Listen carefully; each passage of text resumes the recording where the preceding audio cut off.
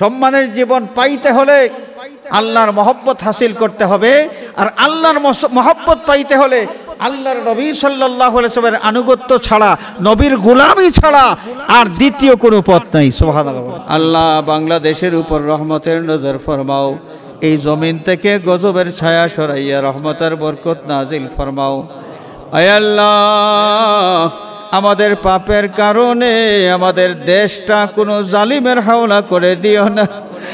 আমাদের গুনাহের কারণে আমাদের দেশটা কোনো জালিমের হাওলা করে দিও না। আমাদের উপর কোনো জালিমকে তুমি মুসাল্লাত করে দিও না। আয় আল্লাহ, আমাদের প্রিয় মাতৃভূমি এই বাংলাদেশ শান্তির জমিন বানাও, শান্তিতে তোমার গোলামি যেন আমরা করতে পারি। আয় আল্লাহ, আমাদের জান মাল ইজ্জত তামাম তোমার হাওয়ালা করলাম। আমাদের পীর মুর্শিদ উস্তাদ যারা হায়াতে আছেন, হায়াতের মধ্যে আরো বরকত দাও। যারা কবরবাসী হয়ে গেছেন, গরিকে রহমত ফরমাও, দরজাত বুলন্দ ফরমাও। সাল্লাল্লাহু আলাইহি ওয়া আলা আলিহি ওয়া আসহাবিহি وسلم تسليما كثيرا كثيرا. أما بعد، فقد قال الله تعالى في كلامه القديم والفرقان الحميد: أعوذ بالله من الشيطان الرجيم. بسم الله الرحمن الرحيم. قل إن كنتم تحبون الله فاتبعوني يحببكم الله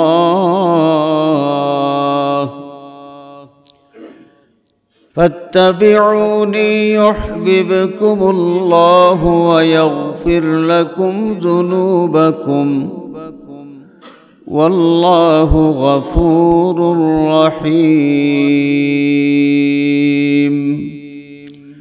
صدق الله مولانا العظيم، وصدق رسوله النبي الأمين الحبيب الكريم. وقال الله عز وجل في شان حبيبه مخبرا وآمرا: إن الله وملائكته يصلون على النبي يا أيها الذين آمنوا صلوا عليه وسلموا تسليما. بسم الله والحمد لله، الصلاة والسلام عليك يا رسول الله. بسم الله والحمد لله، الصلاة والسلام عليك يا رسول الله. اللهم صل على سيدنا مولانا محمد وعلى آل سيدنا مولانا محمد. اللهم صل على سيدنا مولانا محمد وعلى آل سيدنا.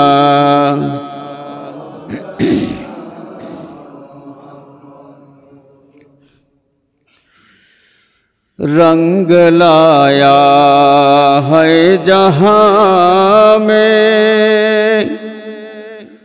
सैयद अबरार से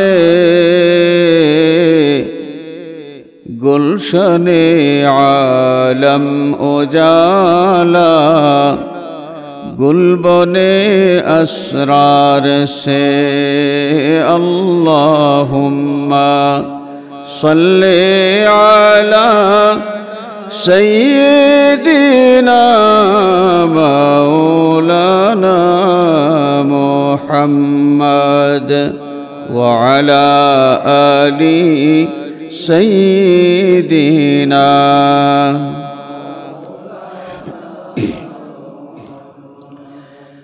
रूए खुर्शीद रिसालत हैदर खुशिंदे जहां, है शुआए नूर अफ़ज़ा मख़ज़ने अनवार से अल्लाहुम्मा सल्ली अला मौलाना मुहम्मद व अला आलि सय्यिदिना।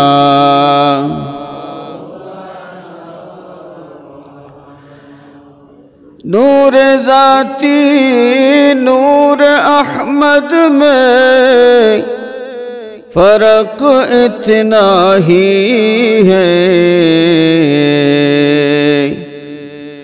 आफरीदा नूर अहमद ज़ात की अनवार से अल्लाहुम्मा सल्ले अला मौलाना मुहम्मद व अला आलि सय्यिदिना।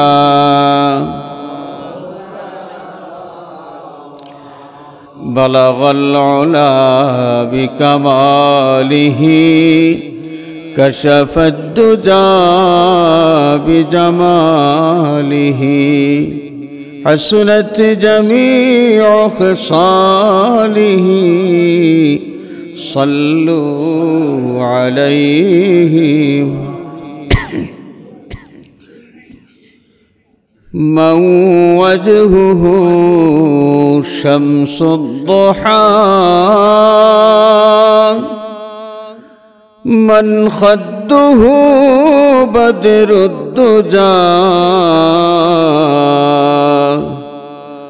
मन ज़ातुहु नूरुल हुदा, मन कफ़्फुहु बहरुल हुमम, बलगल उला बिकमालिही कशफद दुजा बिजमालिही, हसनत जमीउ ख़िसालिही सल्लु अलैहि व आलिहि। अखबादुना मजरूहतुन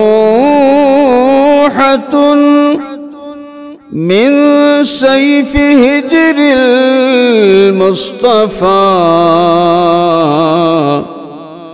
तूबा लि अहले बल्दतिन फ़ीहा नबीयुल मुहतशम, बलगल उला बिकमालिही कशफद दुजा बिजमालिही, हसनत जमीउ ख़िसालिही सल्लु अलैहि व आलिहि। सुब्हानक ला इल्म लना इल्ला मा अल्लमतना, इन्नक अंतल अलीमुल हकीम।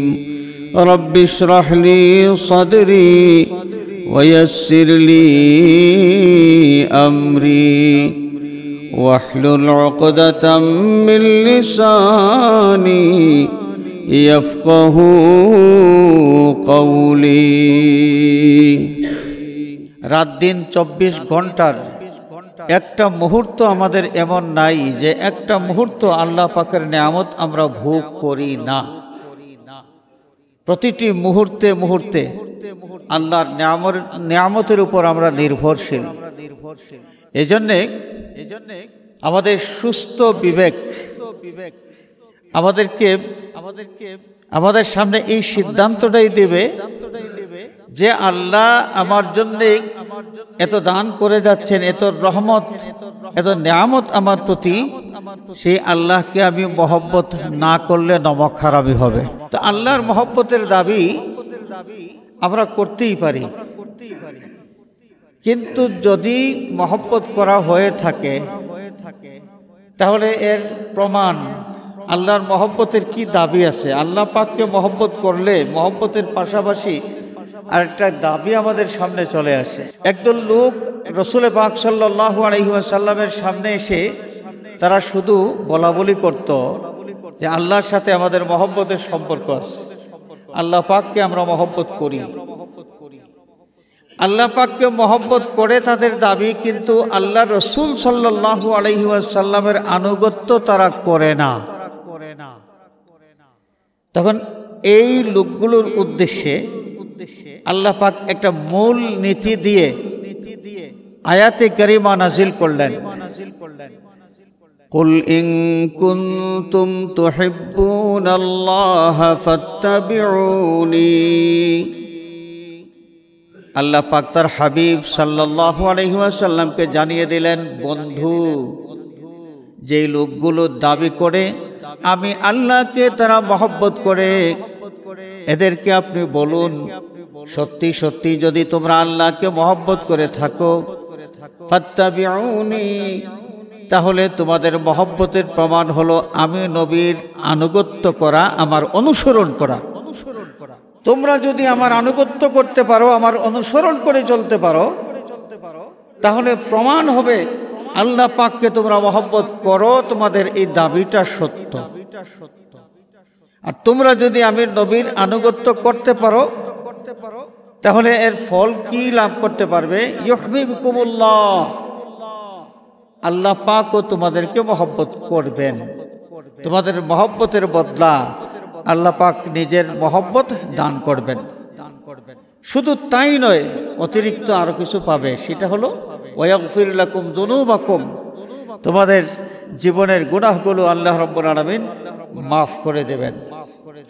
এখন যদি কোনো মানুষ আল্লাহর মহব্বত লাভ করতে পারেন, যদি কোনো মানুষকে আল্লাহ রাব্বুল আলামিন মহব্বত করে থাকেন, তাহলে এই মানুষটার মর্যাদা কতটুকু উন্নত হয়। হাদিসে কুদসির মাধ্যমে আল্লাহ রাব্বুল আলামিন জানিয়ে দিয়েছেন, ফাইজা আহবাবতুহু কুনতু সামআহু আল্লাযী ইয়াসমাউ বিহি ওয়া বাসারাহু আল্লাযী ইউবসিরু বিহি ওয়া ইয়াদাহু আল্লাতী ইয়াবতিশু বিহা ওয়া রিজলুহু আল্লাতী ইয়ামশি বিহা ওয়া ইন সাআলানি লাআতিয়ান্নাহু ওয়া ইন ইসতাআযা বি লাআইযান্নাহু। হাদিসে কুদসির মাধ্যমে আল্লাহ পাক জানিয়ে দিচ্ছেন, আমার কোনো বান্দাকে যদি আমি মহব্বত করি, তাহলে আমার বান্দার অবস্থাটা কেমন হয়? কুনতু সামআহু আল্লাযী ইয়াসমাউ বিহি, যেই কান দিয়া সে কিছু শুনে, তার সেই কানটা আমি আল্লাহ হয়ে যাই। সুবহানাল্লাহ। বিষয়টা অনেক কঠিন। আল্লাহ পাক বান্দার কান কেমনে হইতে পারেন? ওয়া বাসারাহু আল্লাযী ইউবসিরু বিহি, যেই চোখ দিয়া সে কিছু দেখে, আমি আল্লাহ তার চোখ হয়ে যাই। ওয়া ইয়াদাহু আল্লাতী ইয়াবতিশু বিহা, যে হাত দিয়া কিছু ধরে, আমি আল্লাহ তার হাত হয়ে যাই। ওয়া ইয়াদাহু আল্লাতী ইয়ামশি বিহা, যেই পায়ের উপর ভর করে সেই চলাফেরা করে আমি আল্লাহ আমার ওই মহব্বতের বন্ধার পাও হয়ে যাই। সুবহানাল্লাহ।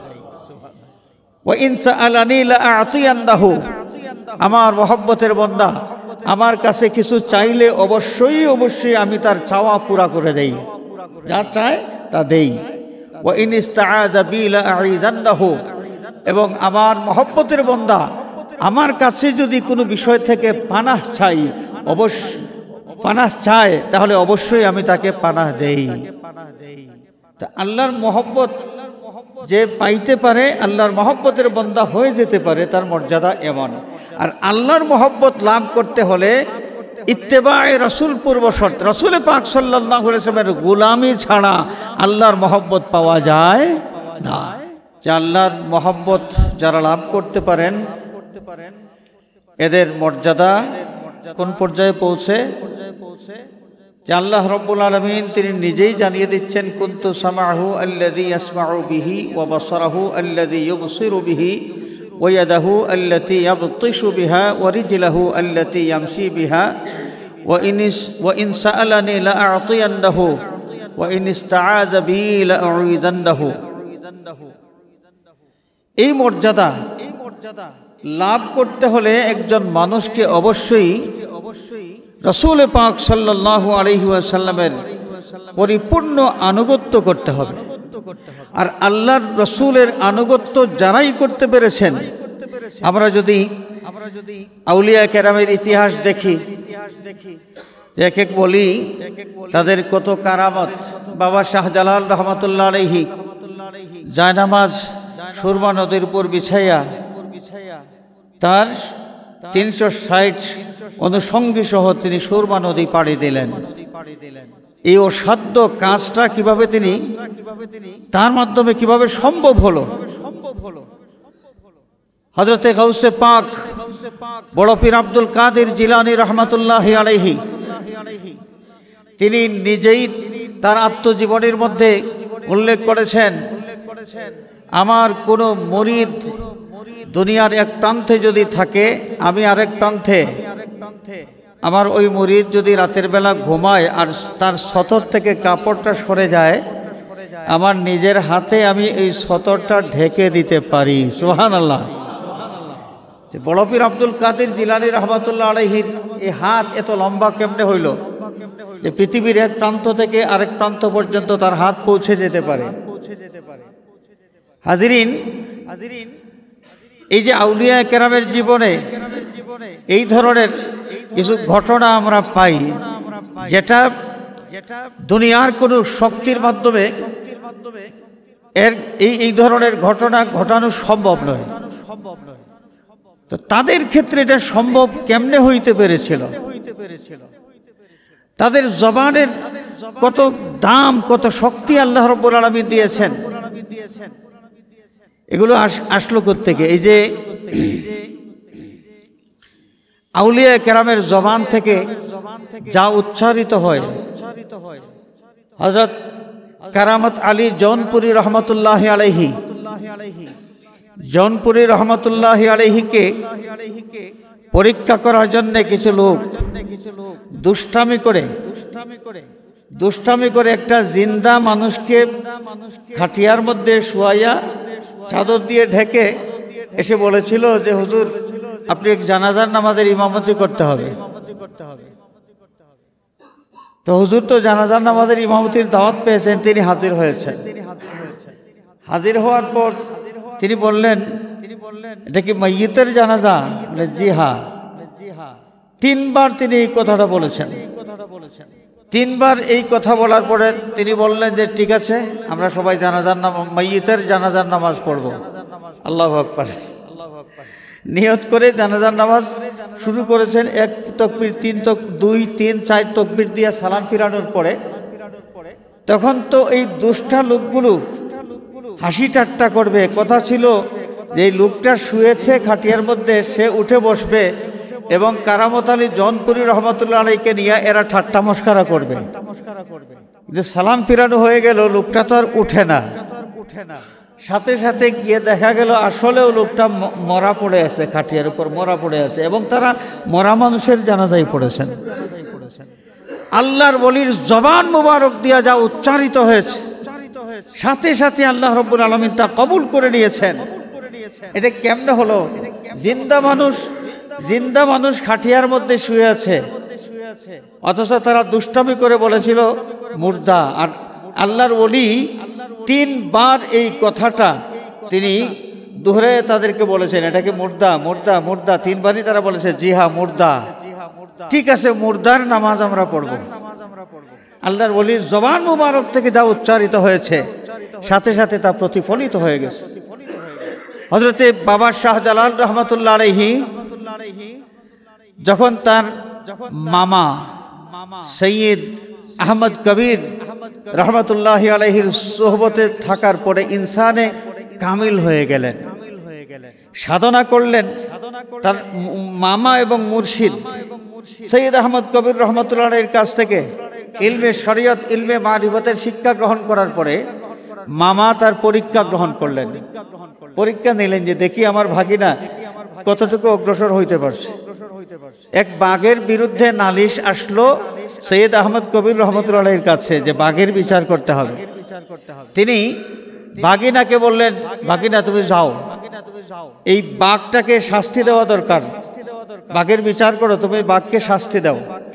বাঘের সামনে গিয়ে বাঘকে শাস্তি দিবেন, এটা তো অনেক বড় কলিজার দরকার। যখনই মামা এবং মুর্শিদ সৈয়দ আহমদ কবির রহমতুল্লাহ আলাইহি তিনি এই নির্দেশ দিয়েছেন, সাথে সাথে হযরতে শাহজালাল রহমতুল্লাহ আলাইহি বাঘের কাছে গিয়া কান ধরে 2 গানে 2টা থাপ্পড় দিয়ে বিচার করলেন। সুবহানাল্লাহ। বাঘ কিছুই করলো না, কিছুই করলো না, বিনীতভাবে সে শাস্তি ভোগ করলো, থাপ্পড় খাইয়া বিনীতভাবে এখান থেকে চলে গেল। এটা কেমনে সম্ভব? হাজিরিনে কেরাম, বাবা শাহজালাল রহমতুল্লাহ আলাইহি যখন ওই মামার কাছ থেকে, মামা যখন দেখলেন যে ভাগিনা বাঘের বিচার করতে পেরেছে, ঠিক আছে তাইলে ভাগিনাকে দিনের কাজে এখন পাঠানো দরকার। যেই এলাকার মানুষ এখনো আল্লাহর সন্ধান পায় নাই, আল্লাহর কথা তারা ভালো করে জানতে পারে নাই, বুঝতে পারে নাই, আল্লাহ ভোলা মানুষগুলোকে আল্লাহর দিকে আহ্বান করার এই দায়িত্ব দিয়া তার ভাগিনাকে যখন পাঠালেন, বাবা শাহজালাল রহমতুল্লাহ আলাইহি ছিলেন আরবে, মামার সোহবতে ছিলেন কোথায়? আরবে ছিলেন। আরব থেকে তার জন্মভূমি ইয়েমেনে তিনি যাবেন, সফর শুরু করবেন। তো সফর শুরু করার আগে তার জন্মস্থানে গিয়া মুর্দেগানের কবর জিয়ারত সহ জন্মস্থানের মানুষের সাথে দেখা সাক্ষাৎ করে তিনি সফর শুরু করবেন।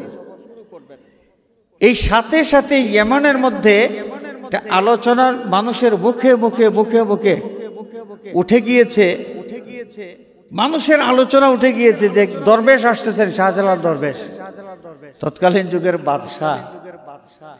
এই বাদশাহ এই আলোচনা শোনার পরে ঈর্ষান্বিত হয়ে গেলেন যে দেখো, আমি ইয়েমেনের বাদশাহ, আমার কথা মানুষের সাথে, মানুষের মুখে এত সম্মানের সাথে উচ্চারিত হয় না, কোথাকার কে, আমি তাকে দেখে ছাড়বো, দেখি কত বড় দরবেশ তিনি হয়েছেন। রাজ দরবারে বাবা শাহজালাল রহমতুল্লাহ আলাইহিকে দাওয়াত করা হলো এবং আপ্যায়ন করা হলো। সর্বপ্রথম পরিবেশন করা হলো শরবত, 2 গ্লাস শরবত, 1 গ্লাস বাদশার সামনে, আরেক গ্লাস বাবা শাহজালাল রহমতুল্লাহ আলাইহির সামনে। শাহজালাল রহমতুল্লাহ আলাইহির সামনে যে গ্লাসটা দেওয়া হলো ওটা বিষ মিশানো ছিল এবং বাদশার সামনের শরবত তো নরমাল শরবতই ছিল। বাবা শাহজালাল রহমতুল্লাহ আলাইহি এখন শরবত খাবেন। শরবত খাবেন মানে কি? শরবতের মধ্যে বিষ মাখানো, ওই বিষ পান করবেন আর তিনি মারা যাবেন। ষড়যন্ত্র ছিল এটা। তিনি শরবতের গ্লাস মুখে দেওয়ার আগে বললেন, যার শরবত তার বিষ, আর যার জন্য বিষ তার জন্য শরবত। বিসমিল্লাহ। আল্লাহর নাম নিয়ে যখন তিনি শরবত পান করলেন, শরবতের গ্লাস পুরা পান করে শেষ করলেন। আর ওইদিকে বাদশাহ যখন শরবত পান করলেন, শরবত পান করার সাথে সাথে বাদশাহ চিৎপটাক, বাদশার কাজ শেষ। ওই যে আল্লাহর ওলির জবান মোবারক দিয়ে বের হয়েছিল যে যার শরবত তার জন্য বিষ, আর যার জন্য বিষ তার শরবত।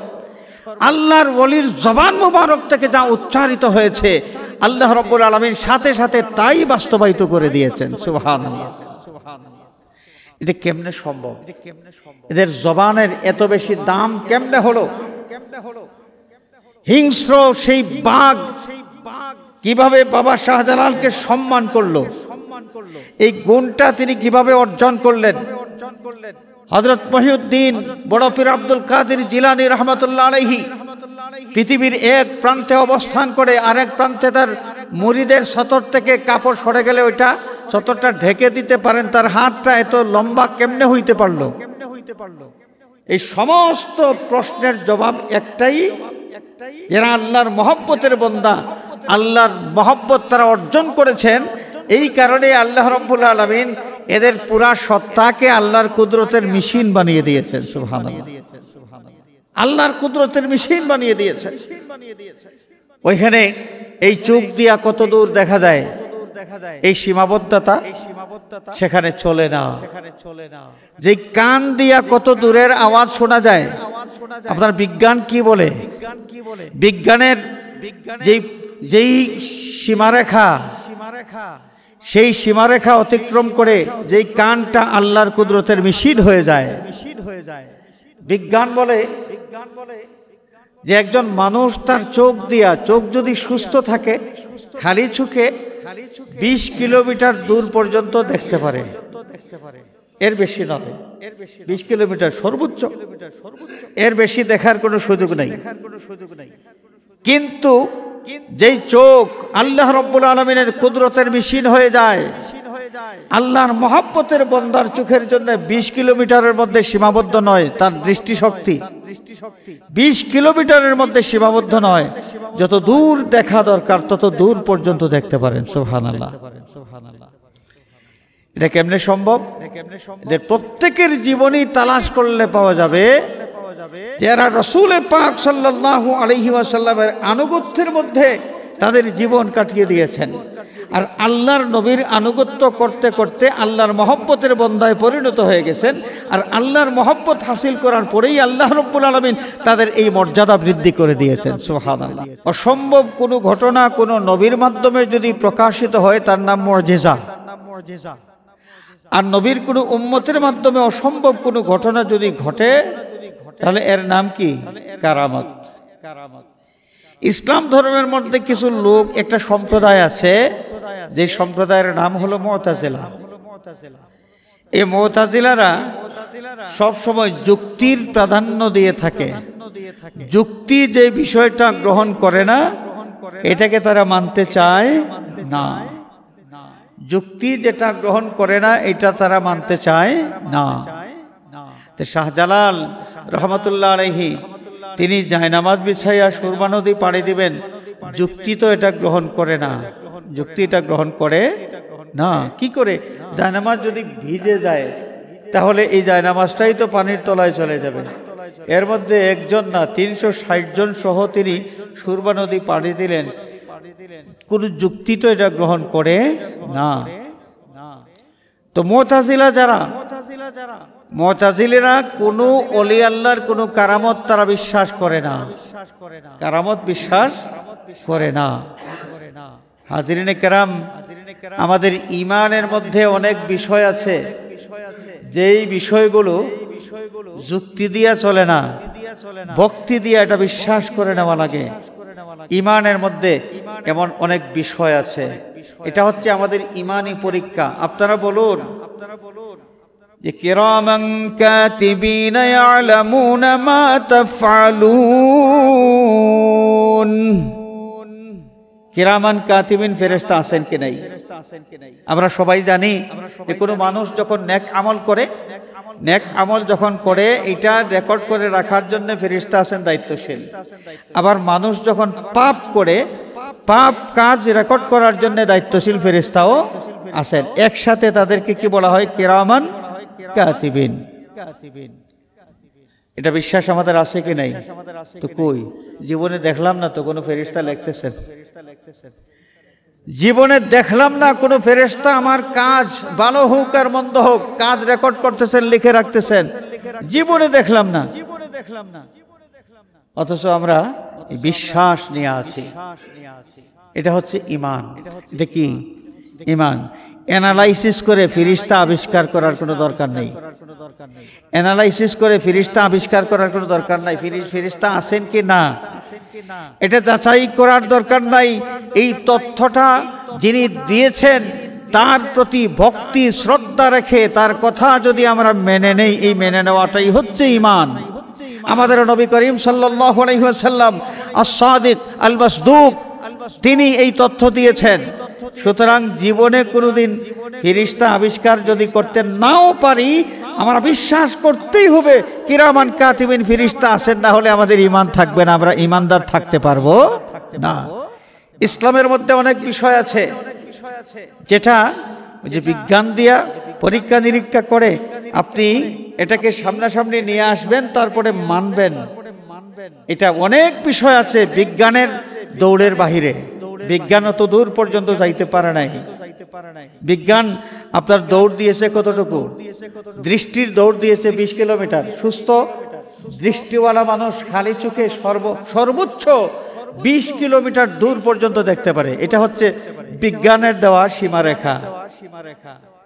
কিন্তু যদি আপনি শুনেন এমন কোন ঘটনা যে একজন মানুষ তিনি সেই 900 কিলোমিটার দূরের অবস্থা তিনি দেখে ফেলেছেন, 900 কিলোমিটার দূরে তিনি দেখে ফেলেছেন, এটা যদি আপনি শুনেন, তো কই বিজ্ঞানের 20 কিলোমিটার আর কোথায় 900 কিলোমিটার? তো এটা বিজ্ঞান কি বলবে যে না ওটা মানা যায় না, ওটা সত্য বলে মানা যায় না। কিন্তু ঘটনাটা সত্য ছিল। ঘটনা কি ছিল? সত্য ছিল। এটা সত্য হইল কেমনে? সাইয়্যিদনা হযরত ওমর বিন খাত্তাব রাদিয়াল্লাহু তাআলা আনহু তিনি খুতবা দিচ্ছেন মিম্বরে খুতবা দেওয়া অবস্থায় হঠাৎ করে তিনি চিৎকার দিয়ে উঠলেন, ইয়া সারিয়া আল জাবাল, ইয়া সারিয়া আল জাবাল। সারিয়া তার সেনাপতি ইরানের বলখ অভিযানে গিয়েছেন। আর ইরানের বলখ যেটা মদিনা শরীফের মসজিদের মিম্বর থেকে 900 কিলোমিটার দূর। ইয়া সারিয়া আল জাবাল, ইয়া সারিয়াতু আল জাবাল, ইয়া সারিয়াতু আল জাবাল। খুতবার মাঝখানে হঠাৎ করে তিনি সারিয়া সেনাপতিকে ডাক দিয়া তিনি এটা বললেন যে পাহাড়ের দিকে তোমরা মনোনিবেশ করো, পাহাড়ের দিকে। উপস্থিত মুসল্লিয়ান জিজ্ঞেস করলেন, আমিরুল মুমিনিন কিছুই বুঝতে পারলাম না, আপনি খুতবা দিচ্ছেন, খুতবার মাঝখানে ইয়া সারিয়াতু আল জাবাল সেনাপতিকে ডাক দিয়া ওই পাহাড়ের দিকে মনোনিবেশ করার কথা বললেন, কিছুই তো বুঝলাম না। সাইয়্যিদনা হযরত ওমর বিন খাত্তাব রাদিয়াল্লাহু তাআলা আনহু জবাব দেন, আমার ভাইয়েরা, আমি খুতবা দেওয়া অবস্থায় আমার পাঠানো যে সেনাবাহিনী ইরানের বলখে যাদেরকে আমি পাঠিয়েছি তারা বিপদের সম্মুখীন হয়ে গিয়েছিল। অল্পের জন্য আল্লাহ পাক তাদেরকে রক্ষা করেছেন। পাহাড়ের দিক থেকে শত্রুদের আক্রমণ যদি তাদের দিকে আসতো তাহলে এটা প্রতিরোধ করার কোনো শক্তি সুযোগ তাদের ছিল না। যদি ওই পাহাড়ের দিকটা থেকে শত্রুদের আক্রমণ আসতো তাহলে এই বাহিনী বিপদের মধ্যে পড়ে যেত। সারিয়া সেনাপতি তার যে সেনাবাহিনী পুরা বাহিনী বিপদের মধ্যে পড়ে যেত। আমি যখন দেখলাম ওই পাহাড়ের দিকে শত্রুরা ওই দিক থেকে তাদের উপর আক্রমণ করবে, দেখার পর তাদেরকে আমি বললাম যে সারিয়া পাহাড়ের দিকে তুমি দৃষ্টি দাও, পাহাড়ের দিকে মনোযোগ দাও, ওই দিক থেকে আক্রমণ আসতে পারে।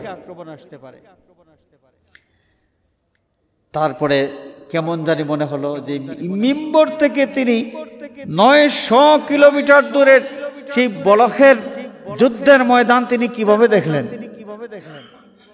বিজ্ঞান না বলে যে মানুষ খালি চোখে 20 কিলোমিটার পর্যন্ত দেখে, অথচ ওমর বিন খাত্তাব রাদিয়াল্লাহু তাআলা আনহু 900 কিলোমিটার দূরের সেই দৃশ্য তিনি দেখতে পাইলেন। এবং দেখে দেখে তার সেনাপতিকে তিনি সতর্ক করে দিলেন এবং এই সতর্কতার কারণেই তারা কিন্তু বিপদ থেকে রক্ষা পেয়েছিলেন। আল্লাহ রাব্বুল আলামিন তাদেরকে হেফাজত করেছেন।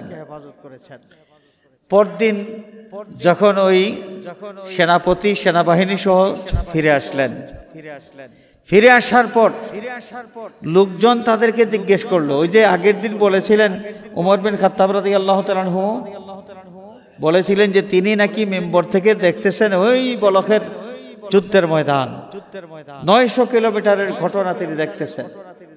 যখন ওই সেনাবাহিনী চলে আসলো, তাদেরকে জিজ্ঞেস করা হলো, সেনাপতিকে জিজ্ঞেস করা হলো, কি অবস্থা আপনাদের? জুমাবার আপনাদের কি অবস্থা ছিল? তারা বললেন, জুমাবার আমাদের চরম বিপদ ছিল।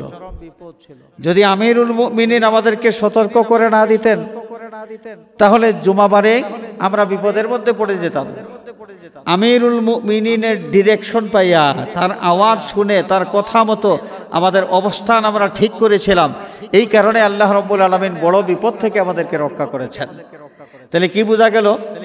আগের দিন আমিরুল মুমিনিন যা বলেছিলেন, সাধারণ জনগণের মনের মধ্যে খটকা ছিল অনেকের, এটা কেমনে সম্ভব? 900 কিলোমিটার দূর ওইখানে তিনি কিভাবে দেখবেন? বাস্তবতায় কি পাওয়া গেল? যে ঘটনা সত্য ছিল। ঘটনা কি ছিল? সত্য ছিল। তিনি 900 কিলোমিটার দূরে দেখেছেন। এখন কথা, বিজ্ঞান 20 কিলোমিটারের সীমাবদ্ধতা দিয়ে দিল। একজন মানুষের দৃষ্টির সীমাবদ্ধতা 20 কিলোমিটার পর্যন্ত। আর ওমর বিন খাত্তাব দেখলেন 900 কিলোমিটার দূরের সেই ঘটনা। কেমনে সম্ভব হয়েছিল? সাইয়্যিদনা ওমর বিন খাত্তাব রাদিয়াল্লাহু তাআলা আনহু আল্লাহর নবী সাল্লাল্লাহু আলাইহি ওয়াসাল্লামের আনুগত্যের মাধ্যমে জীবনের প্রত্যেকটা পরতে পরতে রাসূলুল্লাহ সাল্লাল্লাহু আলাইহি ওয়াসাল্লামের অনুসরণ করে চলেছেন। আল্লাহর নবীর অনুসরণ করে চলার মাধ্যমে আল্লাহর মহব্বতের বান্দা হইতে পেরেছেন। আর আল্লাহর মহব্বতের বান্দা যারা হইতে পারেন, আল্লাহ রাব্বুল আলামিন তাদের ব্যাপারে বলেন, কুনতু বাসারাহু আল্লাযী ইউবসিরু বিহি, আমার মহব্বতের বান্দার চোখ আমি আল্লাহ হয়ে যাই। তো আল্লাহ রাব্বুল আলামিন তার মহব্বতের বান্দার চোখ যদি হইতে পারেন, তাহলে উমরের চোখের দেখা তার মানে আল্লাহর কুদরতের মাধ্যমে দেখা। আর আল্লাহর কুদরতের কাছে অসম্ভব বলতে কিছুই নাই। আউলিয়া কেরাম বাবা শাহজালাল রহমাতুল্লাহ আলাইহি বলেন, খাজা গরিবে নওয়াজ মঈনুদ্দিন চিশতি আজমিরি সঞ্জারি রহমাতুল্লাহি আলাইহি বলেন, আর পৃথিবীর যে কোনো ওলি আল্লাহ বলেন, ওলি আল্লাহ থেকে যদি অসম্ভব কোনো ঘটনা ঘটে, যদি কেউ মুতাজিলা পন্থী হয়ে থাকে, সেই ওলি আল্লাহর মুজিজা বিশ্বাস করবে না। বাবা শাহজালাল জায়নামাজ বিছাইয়া সুরমা নদী পাড়ি দিয়েছেন, এটা বিশ্বাস করবে না। সে কি করবে? মুতাজিলার অনুসারী হইলে তার কাছে সে দেখবে, বুদ্ধি খাটাইয়া দেখবে, জায়নামাজ বিছাইয়া নদী পাড়ি দেওয়া অসম্ভব, বুদ্ধি এটা গ্রহণ করে না। সুতরাং এটা তো ঘটনা যদি সত্য হয়, তাহলে তো একটা কিছু তো করা লাগে। তখন নিজেরা শাহজালালের জায়নামাজের নিচে দিয়া বাঁশের চালি ঢুকাই দিছে, নিজেরা বানাইয়া। কারণ যুক্তি সঙ্গত তো হওয়া লাগবে। এখন যদি বলা হয় শাহজালাল বাঁশের চালির উপর জায়নামাজ বিছাইয়া সুরমা নদী পাড়ি দিয়েছেন, এইটা যুক্তি অবশ্য গ্রহণ করে। এই জন্যে মুতাজিলা পন্থী লোক এখনো আছে, কিন্তু এরা বাবা শাহজালাল রহমাতুল্লাহ আলাইহির জায়নামাজ বিছাইয়া সুরমা নদী পাড়ি দেওয়ার এই ঘটনাটা এইভাবে বিশ্বাস করতে চায় না। তারা নিজেরা ইতিহাসের বিকৃতি ঘটাইয়া বাঁশের চালি ওইখানে তারা নিজেরা ঢুকাই দিচ্ছে। বাঁশের চালি আসবে থেকে? গৌর গোবিন্দ যেই একটা এলাকার শাসন করে, তার কি বুদ্ধিশুদ্ধি এত কম যে নদী পাড়ি দিতে যেন না পারেন, এই জন্য সমস্ত নৌকা টৌকা সব সরাইতে পারলো। বাঁশের চালির উপর ভর করে এক জায়গার থেকে পানির উপর ভেসে আরেক জায়গায় যাওয়া যায়, এটা গৌর গোবিন্দ জানতো না মনে হয়। নৌকা সরাইছে আর বাঁশের চালি আর সরায় নাই। বাঁশের চালির উপর জায়নামাজ বিছাইয়া বাবা শাহজালাল সুরমা নদী পাড়ি দিয়েছেন। গৌর গোবিন্দ এত বুকা। হাজিরিনে কেরাম, আল্লাহ হাবিব সাল্লাল্লাহু আলাইহি ওয়াসাল্লামের আনুগত্য যদি কেউ করতে পারেন তার মর্যাদা এত বেশি বেড়ে যায় যে হিংস্র জন্তু জানোয়ার পর্যন্ত তাদের কথা শুনতে বাধ্য হয়। হিংস্র জন্তু জানোয়ারকে আল্লাহ রাব্বুল আলামিন তাদের অনুগত করে দেন। যেমন হুনাইনের যুদ্ধ, হুনাইনের যুদ্ধ যখন সাহাবায়ে কেরাম সেখানে গেলেন, রাতের বেলা শুইবেন কোথায়? ঘুমানোর কোনো উপযুক্ত জায়গা পাইতেছেন না। ওই জঙ্গলের মধ্যে হিংস্র জন্তু জানোয়ার আছে, হিংস্র জন্তু জানোয়ার, সাপ বিচ্ছু অনেক কিছুই আছে।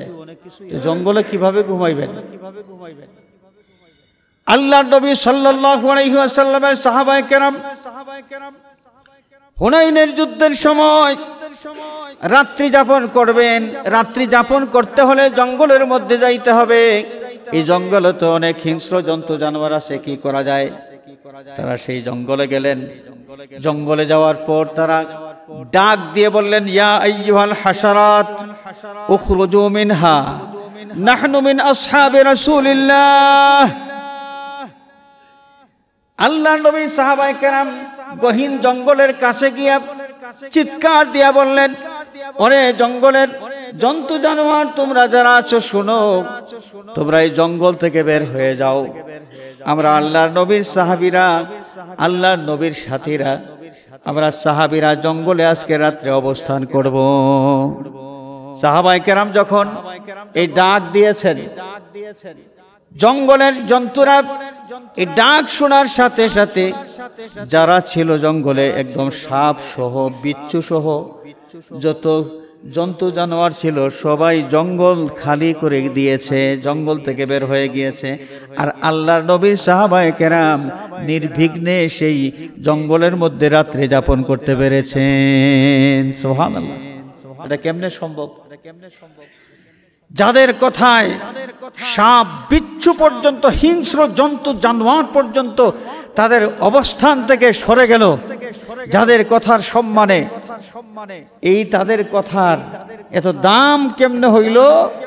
আল্লাহর নবীর সাহাবায়ে কেরাম নবী করিম সাল্লাল্লাহু আলাইহি ওয়াসাল্লামের আনুগত্যের মধ্যে তাদের জীবনটাকে উৎসর্গ করেছেন। আল্লাহর নবী যখন যা হুকুম দিয়েছেন সাথে সাথে সেই হুকুম তারা পালন করেছেন। সুবহানাল্লাহ। জায়নামাজ বিছাইয়া বাবা শাহজালাল রহমতুল্লাহ আলাইহি সুরমা নদী পাড়ি দিয়েছেন। দুনিয়ার কোন প্রযুক্তির মাধ্যমে যেটা সম্ভব নয়, সেটাই ঘটেছে বাবা শাহজালালের মাধ্যমে। ইমাম শাফিঈ রহমতুল্লাহ আলাইহি, ইমাম শাফিঈ রহমতুল্লাহ আলাইহি তার সাথে একবার নাস্তিক, যারা কিছু নাস্তিকদের তর্কযুদ্ধ হইল। নাস্তিকরা বলে দেয়ার ইজ নো গড, আল্লাহ, ভগবান, ঈশ্বর এগুলো বলতে কিছুই নাই, সৃষ্টিকর্তা বলতে কিছুই নাই। আর ইমাম শাফিঈ রহমতুল্লাহ আলাইহি তিনি দাবি করতেছেন, হ্যাঁ সৃষ্টিকর্তা ছাড়া কিছুই হয় না, সৃষ্টিকর্তা আছেন একজন। এখন নাস্তিকেরা তাদের দাবিতে অটল, আর ইমাম শাফিঈ রহমতুল্লাহ আলাইহি আল্লাহর অস্তিত্বের পক্ষে, যে সৃষ্টিকর্তা একজন আছেন তার দাবিতে তিনি অটল। তো তারা বললেন, ঠিক আছে, এইভাবে ঝগড়াঝাটি করে লাভ নাই, আসেন আপনারা আমরা ডিবেট করি, আমরা ডিবেট করি, ডিবেটের মাধ্যমে প্রমাণিত হবে আপনি সত্য নাকি আমরা সত্য। দিন তারিখ ঠিক করা হলো। তিনি বললেন, ঠিক আছে, তা আমি যেখানে বলবো সেখানে যাইতে হবে। এরা বললেন, ঠিক আছে, আপনি যেখানে বসতে বলবেন সেখানেই আমরা বসবো। এই যে নাস্তিকের গোষ্ঠী, তাদের পক্ষের দলিল দস্তাবেজ ইমাম শাফিঈ রহমতুল্লাহ আলাইহি বগলের মধ্যে জায়নামাজ নিয়ে তিনি রওনা করলেন। আর নাস্তিকের গোষ্ঠী এরা এই দলিল দস্তাবেজ যা বইপত্র তাদের ছিল বুঝাই নিয়ে তারা হাজির। যাইতে হবে কোথায়? ইমাম শাফিঈ রহমতুল্লাহ আলাইহি জায়নামাজ হাতের মধ্যে নিয়ে তিনি কি প্রমাণ করবেন? যে আল্লাহ আছেন একজন, আল্লাহর অস্তিত্ব তারা দেখবে, বুঝতে পারবে। তিনি আল্লাহর অস্তিত্ব প্রমাণ করবেন। জায়নামাজ বগলের মধ্যে নিয়ে নদীর কিনারে চলে গেলেন, সাগরের কিনারে চলে গেলেন। সাগরের কিনারে যাওয়ার পরে তিনি জায়নামাজ বিছাইয়া ওই জায়নামাজের উপর আরোহণ করলেন। জায়নামাজকে হুকুম দিলেন, তুমি যাও ওই সাগরের অনেক দূর পর্যন্ত আমাকে নিয়ে যাও। এই জায়নামাজের উপর চড়ে সাগরের অনেক দূর পর্যন্ত চলে গেলেন। ওইদিকে ওই নাস্তিকের গোষ্ঠী সাগরের কিনারে দাঁড়িয়ে আছে। তারা তো তাদের দলিল দস্তাবেজ নিয়ে হাজির।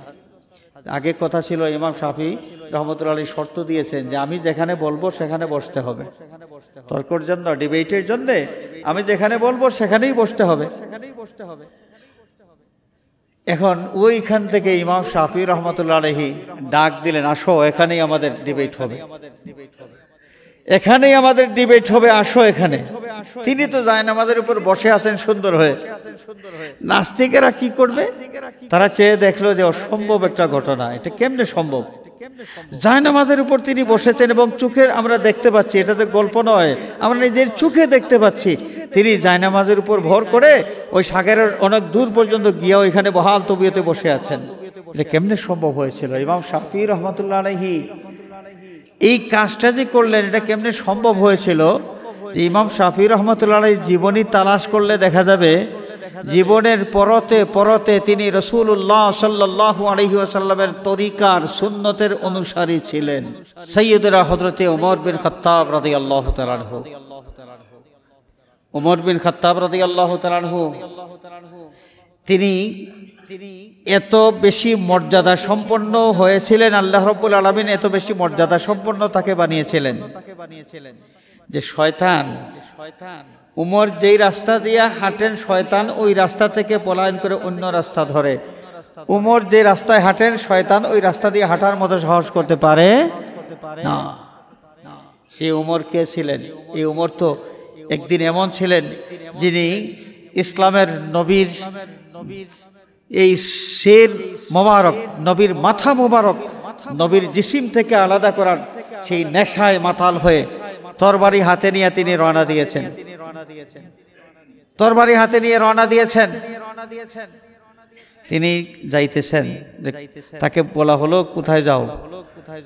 যে যেই আব্দুল্লাহর বেটা মোহাম্মদ বাপদাদার ধর্ম বাদ দিয়া নতুন ধর্ম চালু করেছে, সেই মোহাম্মদের কল্লা উড়াইয়া দেওয়ার জন্য আমি যাচ্ছি।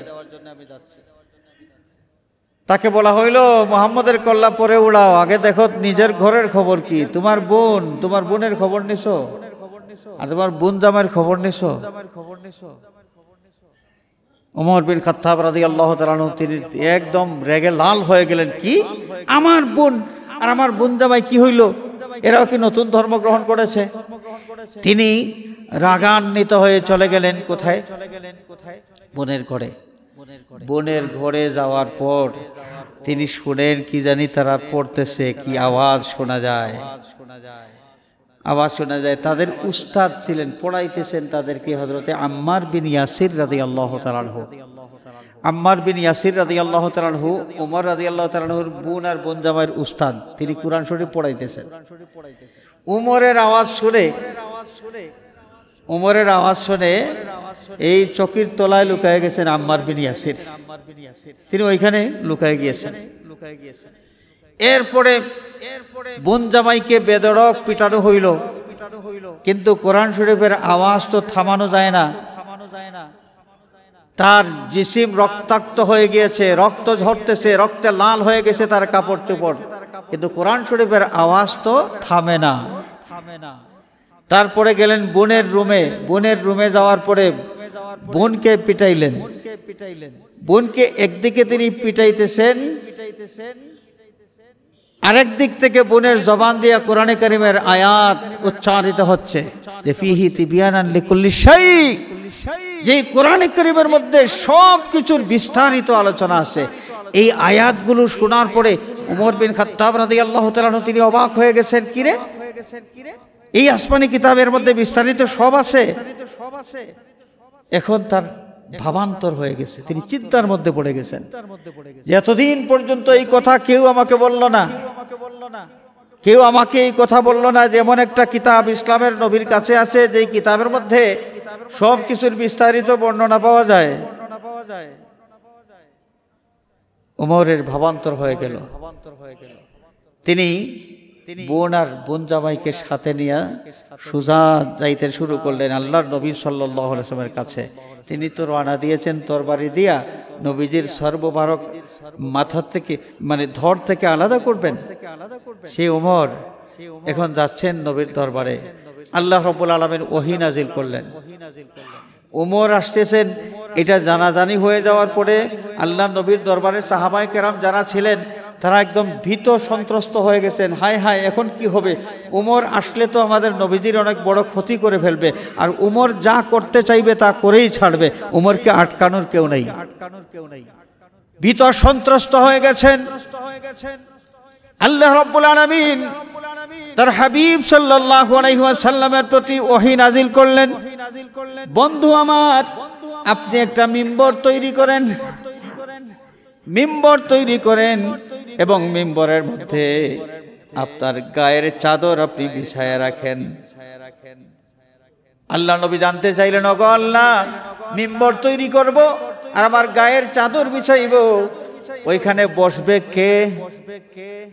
আল্লাহ পাক জানিয়ে দিলেন, বন্ধু, যে ওমর আপনার শিরোচ্ছেদ করার জন্য তরবারি হাতে নিয়ে বাড়ি থেকে বের হয়েছে, সেই ওমর এই আসনের মধ্যে আসন গ্রহণ করবে। ওহী নাজিল হলো, আসন তৈরি করা হলো। আসন তৈরি করার পরে আল্লাহর নবী সাল্লাল্লাহু আলাইহি ওয়াসাল্লামের নুরানি জিসিম মুবারক থেকে সেই চাদর ওই আসনের উপর বিছানো হইল। উমর এখানে প্রবেশ করেছেন। সাহাবায়ে কেরাম এর আগে বলতেছেন, ইয়া রাসূলুল্লাহ, ইয়া রাসূলুল্লাহ, উমর আসতেছেন, উমর আসতেছেন। সবার মধ্যে একটা ভয় কাজ করতেছে, ভীত সন্ত্রস্ত হয়ে গেলেন। এবারে আল্লাহর নবী সাহাবায়ে কেরামের উদ্দেশ্যে তিনি মুস্কি হাসি দিয়ে বললেন যে, তোমরা ভয় করো না, উমরকে আসতে দাও, উমরকে আসতে দাও। উমর রাদিয়াল্লাহু তাআলা আনহু চলে গেলেন নবী পাক সাল্লাল্লাহু আলাইহি ওয়াসাল্লামের সামনে। যাইয়া বোন আর বোন জামাই তাদের গায়ের মধ্যে রক্ত মাখা, তিনি আল্লাহর নবী সাল্লাল্লাহু আলাইহি ওয়াসাল্লামের সামনে হাজির হয়ে বলেন, আমি এসেছি আপনার সামনে আমার কাছ থেকে বদলা নেওয়ার জন্য। আপনি বদলা নেবেন। আমার বোন আর বোন জামাইয়ের উপর আমি অন্যায়ভাবে অত্যাচার করেছি, তাদেরকে আমি রক্তাক্ত করেছি। আমি চাই আমার এই পাপের প্রায়শ্চিত্ত হবে। আমাকেও এইভাবে প্রহার করার মাধ্যমে আমার জিসিম থেকে রক্ত বের হবে, আমার রক্তে আমার কাপড় লাল হবে। এই জন্য আমি চাই, আমি নিজে শাস্তি ভোগ করতে চাই। আল্লাহ নবী ডাক দিয়ে বললেন, ওমর, এইখানে বসো, আসন পাতা আছে, এখানে বসো। উমর যখন দেখলেন আসনের উপর আল্লাহ নবী সাল্লাল্লাহু আলাইহি ওয়াসাল্লামের চাদর মোবারক বিছানো, এই চাদরে উমর বসবেন, চাদরের উপর তুত জাহানের বাদশাহ যিনি, তার জিসিম মোবারকের স্পর্শ লেগেছে যেই চাদরের মধ্যে, সেই চাদরে উমর বসবেন। উমর রাদিয়াল্লাহু তাআলা আনহু ওই সামনে গিয়া আসন গ্রহণ না করে বরং আল্লাহ নবীর চাদর মোবারক টান দিয়া তার বুকের সাথে জড়ায়ে ধরলেন। সুবহানাল্লাহ, সুবহানাল্লাহ।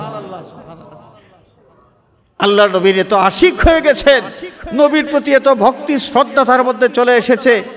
এবং সেই ওমর রাদিয়াল্লাহু তাআলা আনহু তিনি আল্লাহ নবীর প্রতি যে ভক্তি শ্রদ্ধা করলেন। আচ্ছা, আপনারা বলুন যে তিনি বসার জন্য যে চাদর দেখলেন, তিনি এই চাদরের উপর আসন গ্রহণ করবেন, এটা যুক্তিও তো এটা বলে যে মেজবানের পক্ষ থেকে যা ব্যবস্থা করা হয়, মেজবানের পক্ষ থেকে মেহমানের জন্য যা ব্যবস্থা করা হয়, এটাই গ্রহণ করা, এটা হচ্ছে মেহমানের আদব।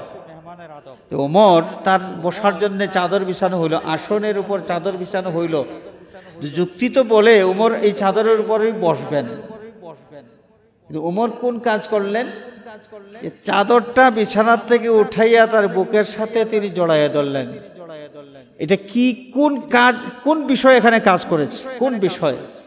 যে এই নবী পাক সাল্লাল্লাহু আলাইহি ওয়াসাল্লামের প্রতি ওমরের মনের মধ্যে যে ভক্তি এবং শ্রদ্ধা তৈরি হয়েছে এবং যে মহব্বত তৈরি হয়েছে, সেই ভক্তি, শ্রদ্ধা, মহব্বতের কারণে এই চাদরের উপর না বসে তিনি চাদরটা গোটাইয়া নিজের সিনার সাথে জড়াইয়া ধরেছেন। সুবহানাল্লাহ। আল্লাহ রাব্বুল আলামিন তার হাবিবের এই আশিককে এমনভাবে মর্যাদা দিয়েছেন যে অনেক বিষয় আছে আল্লাহ রাব্বুল আলামিনের পক্ষ থেকে নবীর কাছে ওহী আসার আগে ক্রস কানেকশন হয় না মাঝে মাঝে ফোনের মধ্যে। ফোন একজনের কাছে আপনি ফোন করেছেন, দেখা গেল আরেকজনের কাছে চলে গেছে, ক্রস কানেকশন। আল্লাহর নবীর কাছে ওহী আসার আগে এই বিষয়টা হযরত ওমর বিন খাত্তাব রাদিয়াল্লাহু তাআলা আনহুর অন্তরের মধ্যে আল্লাহ রাব্বুল আলামিন ঢেলে দিয়ে থাকেন। সুবহানাল্লাহ। ওমর রাদিয়াল্লাহু তাআলা আনহু এমন মর্যাদা লাভ করেছেন নবীর মহব্বতের কারণে, নবীর তাজিমের কারণে, নবীর আদবের কারণে, যে 21টা আয়াত নাজিল হয়েছে কোরআন শরীফের মধ্যে। কয়টা? 21টা আয়াত নাজিল হয়েছে, 21টা ঘটনার পরিপ্রেক্ষিতে 21টা আয়াত নাজিল হয়েছে, যে আয়াতগুলো ওমর বিন খাত্তাব রাদিয়াল্লাহু তাআলা আনহুর সমর্থনে নাজিল হয়েছে। ওমর এক বক্তব্য দিয়েছেন আর আল্লাহ রাব্বুল আলামিন সাথে সাথে তার বক্তব্য সমর্থন করে আয়াতে কারিমা নাজিল করে দিয়েছেন। সুবহানাল্লাহ। যেমন বিদায় হজ্জের বছর রাসূলুল্লাহ সাল্লাল্লাহু আলাইহি ওয়াসাল্লাম কাবা শরীফের তাওয়াফ করলেন। সাহাবায়ে কেরাম সাথে ছিলেন, ওমরও ছিলেন সাথে।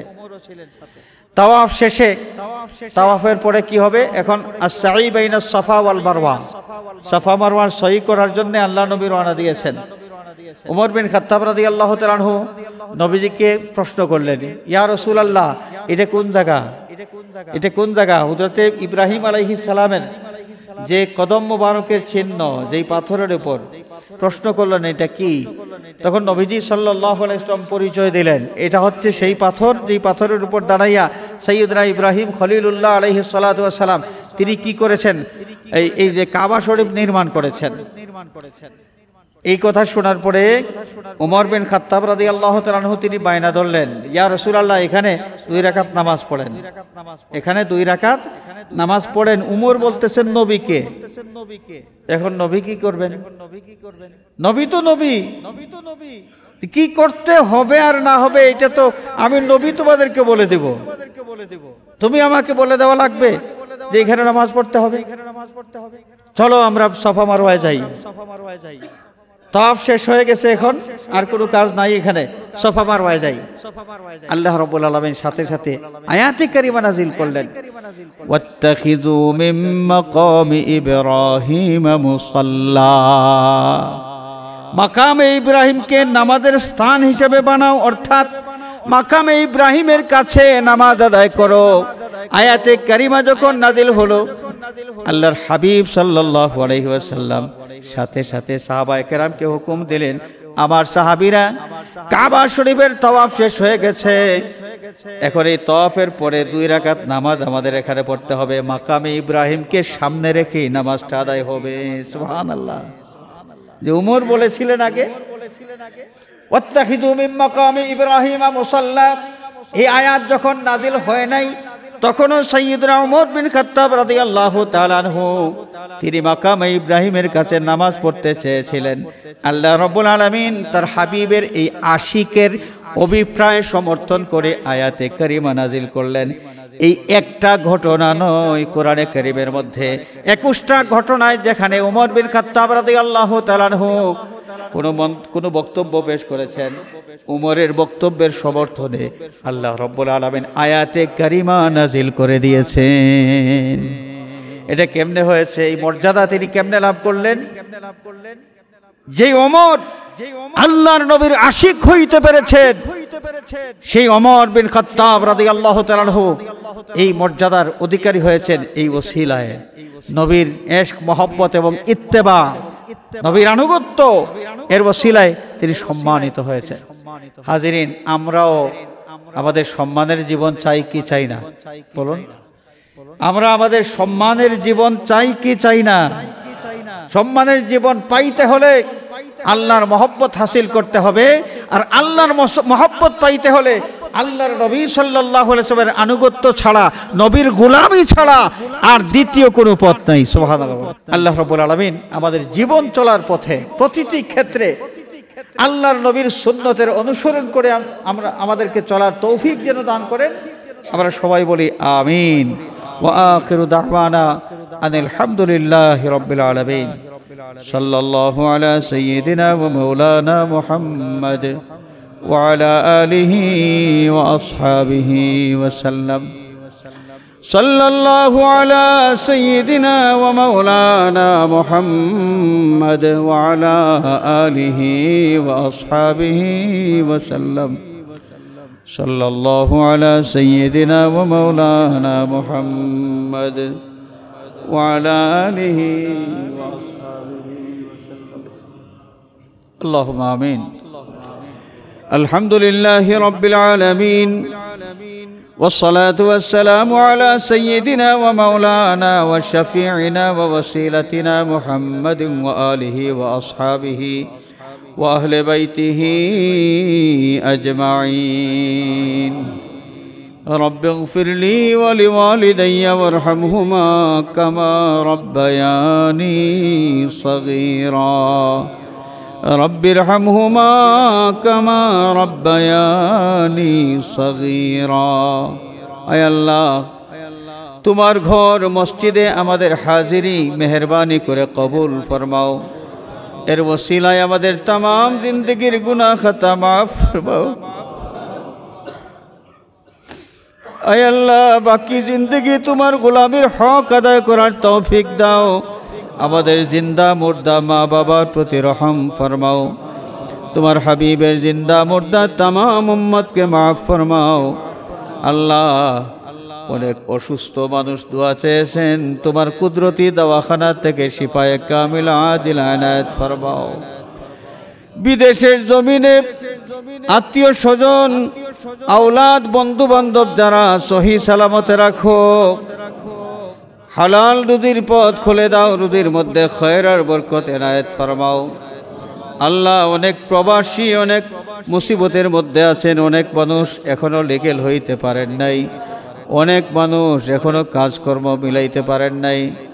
মালিক মাওলা, মেহেরবানি করে যাদেরকে তুমি বিদেশ পৌঁছে দিয়েছ, দয়া করে শান্তিতে বিদেশ থাকার ব্যবস্থা করে দাও। আয় আল্লাহ, অনেক মানুষ অনেক মকসুদ অন্তরের মধ্যে নিয়ে দোয়া চেয়েছেন। তুমি তো প্রত্যেকের দিলের খবর জানো। আল্লাহ, তুমি তো আলিমুম বিজাতিস সুদূর। আয় আল্লাহ, যার অন্তরের মধ্যে যেই ফরিয়াদ আছে, তোমার হাবিব সাল্লাল্লাহু আলাইহি ওয়াসাল্লামের ওসিলায় প্রত্যেকের ফরিয়াদগুলো তুমি কবুল ফরমাও। দুনিয়ার মজলুম মুসলমানের প্রতি দয়ার নজর ফরমাও। জালিম কাফিরদেরকে মখুর আর মগলুব করে দাও। আল্লাহ, বাংলাদেশের উপর রহমতের নজর ফরমাও। এই জমিন থেকে গজবের ছায়া সরাইয়া রহমতের বরকত নাজিল ফরমাও। আয় আল্লাহ, আমাদের পাপের কারণে আমাদের দেশটা কোনো জালিমের হাওলা করে দিও না। আমাদের গুনাহের কারণে আমাদের দেশটা কোনো জালিমের হাওলা করে দিও না। আমাদের উপর কোনো জালিমকে তুমি মুসাল্লাত করে দিও না। আয় আল্লাহ, আমাদের প্রিয় মাতৃভূমি এই বাংলাদেশ শান্তির জমিন বানাও। শান্তিতে তোমার গোলামি যেন আমরা করতে পারি। আয় আল্লাহ, আমাদের জান মাল ইজ্জত তামাম তোমার হাওয়ালা করলাম। আমাদের পীর মুর্শিদ উস্তাদ যারা হায়াতে আছেন, হায়াতের মধ্যে আরো বরকত দাও। যারা কবরবাসী হয়ে গেছেন, গরিকে রহমত ফরমাও, দরজাত বুলন্দ ফরমাও। ও ফাওয়িদু আমরি ইলাল্লাহ, ইন্নাল্লাহা বাসীরুম বিল ইবাদ। আয় আল্লাহ, অনেক দূর দূরান্ত থেকে তোমার অনেক বান্দাবান্দি এই মসজিদ উপলক্ষ করে এখানে এসেছেন। অনেকেই মসজিদে দান খয়রাত করতেছেন। মাওলা, আয় আল্লাহ, প্রত্যেকের দিলি জায়েজ মাকাসিদ পুরা করে দাও। আল্লাহ, যে যে উদ্দেশ্যে এই মসজিদে দান খয়রাত করে যাচ্ছেন, প্রত্যেকের দিলি জায়েজ মাকাসিদ পুরা করে দাও। আল্লাহ, কোনো পরেশানি থাকলে দূর করে দাও। সাল্লাল্লাহু আলা সাইয়্যিদিনা মুহাম্মাদিন ওয়া আলিহি ওয়া আসহাবিহি আজমাইন। ওয়ালহামদুলিল্লাহি রাব্বিল আলামিন। আমিন।